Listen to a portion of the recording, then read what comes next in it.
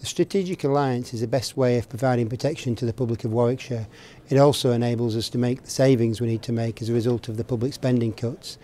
By doing things once instead of twice, we can make efficiencies and savings and still continue to deliver good levels of service to the public. It's very unfortunate that to make the savings we need to make, and we need to make £30 million worth of savings, £10 million worth of those of Warwickshire, that we have to reduce our workforce. We're looking at reducing the workforce by around 650 members of staff and police officers. We believe there will be less than 100 police constables within that number. Clearly, it's never good to lose members of a workforce, particularly when they've worked hard, and we've been particularly successful as an organisation. So we'll be working very closely with the staff associations and the individuals concerned over the next few years.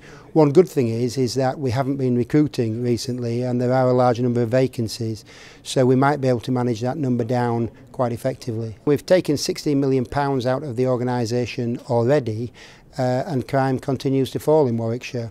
For the first 3 months of this year, for example, crime's fallen by nearly 10%.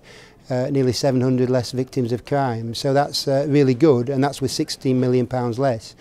Obviously it's a challenge, and by taking another £10 million out, we know there's going to be less resource to do that, but if we focus our resources on those who cause the most harm and in the high harm areas, I believe we can still continue to reduce crime. Reductions are going to come from both forces, but mainly in what people traditionally would call back office functions. And if you think about it, two organisations, each organisation has to have its own HR, finance, etc.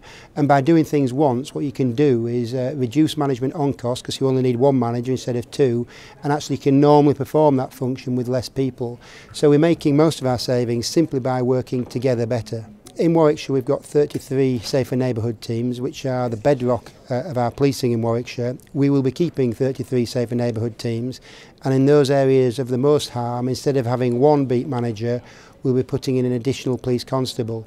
The overall numbers of PCSOs will reduce, but we'll consider those reductions very carefully, and we'll also be looking to increase the powers available to police and community support officers so that they can be even more effective than they are now. Merger isn't in our planning at the moment. We believe the strategic alliance is the best way of delivering policing services.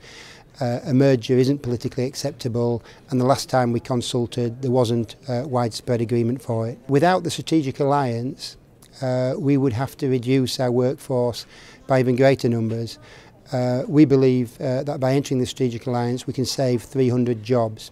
So this is the best way of us making the savings that we have to make, but also keeping that focus on catching criminals.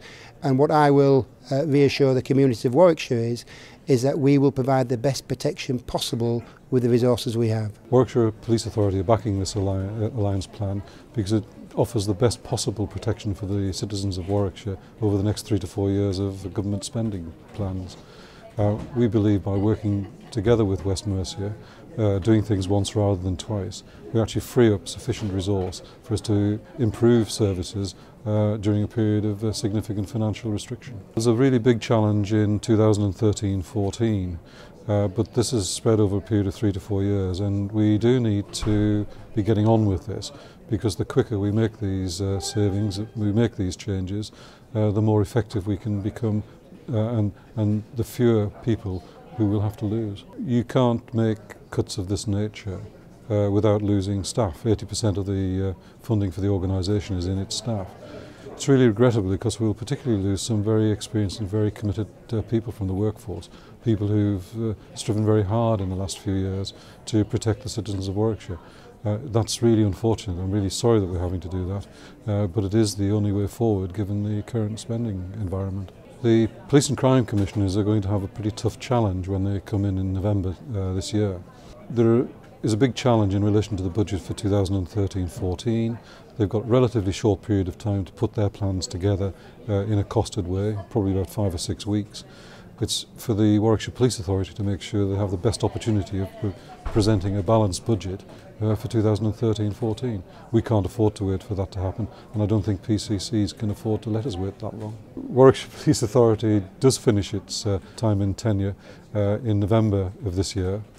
People could see this as being a sad way of ending our existence, and whilst you wouldn't choose to make reductions in staffing and costs, actually the authority has faced up to its challenges in the last 4, 5, 6 years very effectively.